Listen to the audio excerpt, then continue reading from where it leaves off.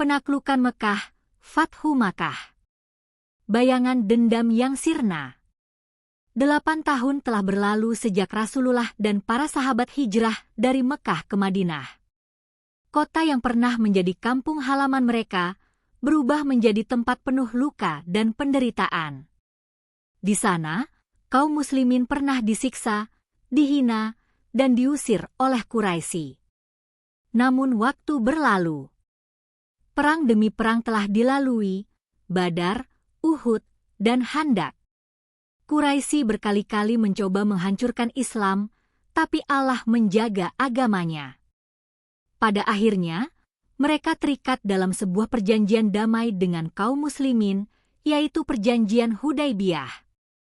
Perjanjian itu melarang kedua pihak saling menyerang, namun Quraisy melanggarnya. Mereka membantu sekutu mereka, Bani Bakar, menyerang sekutu Muslim, Bani Khuza'ah, hingga menumpahkan darah di tanah haram Mekah. Berita pengkhianatan itu sampai ke Madinah. Rasulullah bersabda kepada para sahabat, "Quraisy telah berkhianat. Tidak ada lagi perjanjian antara kita. Saatnya kita kembali ke Mekah." Persiapan pasukan Islam. Di Madinah, Rasulullah mulai mempersiapkan pasukan besar. Beliau mengirim kabar ke seluruh kabilah Muslim, mengajak mereka bergabung. Dari segala penjuru datang para pejuang, Muhajirin, Ansyar, dan suku-suku yang telah masuk Islam. Jumlah mereka mencapai 10.000 orang, pasukan terbesar yang pernah dibawa Rasulullah. Namun tujuan mereka bukanlah untuk menumpahkan darah, melainkan menaklukkan Mekah dengan damai. Rasulullah merahasiakan arah tujuan agar Quraisy tidak bersiap-siap. Bahkan beliau berdoa, "Ya Allah, butakanlah mata Quraisy agar mereka tidak tahu kedatangan kami." Abu Sufyan di Madinah. Sementara itu di Mekah, Quraisy mulai mendengar kabar. Mereka panik. Abu Sufyan, pemimpin Quraisy, segera berangkat ke Madinah untuk memperbarui perjanjian dengan Rasulullah. Namun usahanya gagal. Rasulullah menolak karena pengkhianatan sudah jelas. Abu Sufyan kembali ke Mekah dengan hati gundah. Ia berkata kepada kaumnya, "Aku sudah berusaha, tapi Muhammad tidak menerima. Bersiaplah, karena pasukannya akan datang." Perjalanan menuju Mekah. Pasukan Muslim bergerak diam-diam, menyusuri gurun dan lembah. Malam demi malam mereka berjalan, hingga akhirnya mendekati Mekah. Rasulullah memerintahkan agar setiap prajurit menyalakan obor di perkemahan. Maka ribuan api menyala di padang pasir, membuat Mekah dari kejauhan tampak seperti dikelilingi lautan cahaya.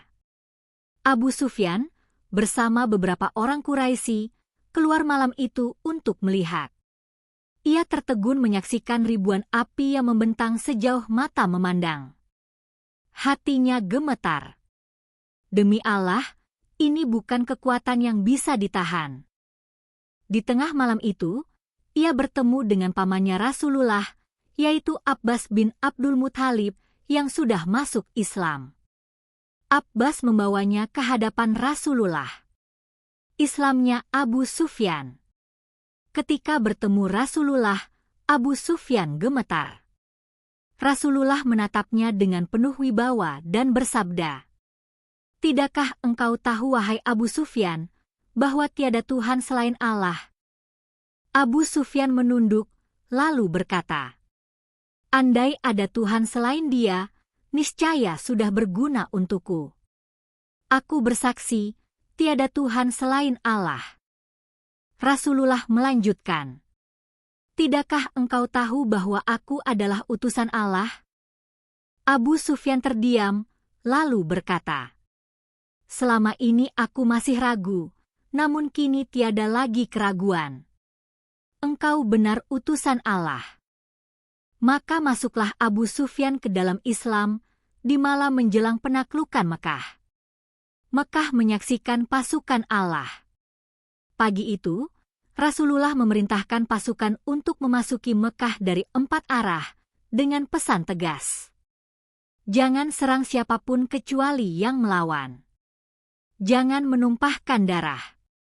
Siapapun yang masuk rumahnya sendiri, atau masuk rumah Abu Sufyan, atau bersembunyi di Masjidil Haram, maka ia aman. Pasukan Muslim memasuki Mekah dengan tertib. Takbir menggema di seluruh penjuru. Allahu Akbar. Allahu Akbar. Allahu Akbar. Penduduk Mekah keluar rumah, tertegun melihat ribuan prajurit Muslim masuk tanpa merusak, tanpa menjarah. Rasulullah masuk Mekah dengan tawadhu. Rasulullah sendiri menunggang unta, memasuki Mekah dengan kepala tertunduk penuh syukur, bukan dengan kesombongan seorang pemenang. Beliau membaca doa, air mata mengalir di wajahnya. Ketika memasuki Masjidil Haram, beliau mengelilingi Ka'bah sambil bertakbir. Ka'bah saat itu masih penuh dengan berhala, 360 jumlahnya. Rasulullah memukulnya dengan tongkat sambil membaca ayat. Telah datang kebenaran, dan lenyaplah kebatilan. Sesungguhnya kebatilan itu pasti lenyap. Quran Surat Al-Isra 81. Berhala-berhala itu jatuh hancur satu persatu. Ka'bah kembali suci, hanya untuk Allah semata. Pidato pengampunan. Setelah Ka'bah dibersihkan, penduduk Quraisy berkumpul di depan Rasulullah.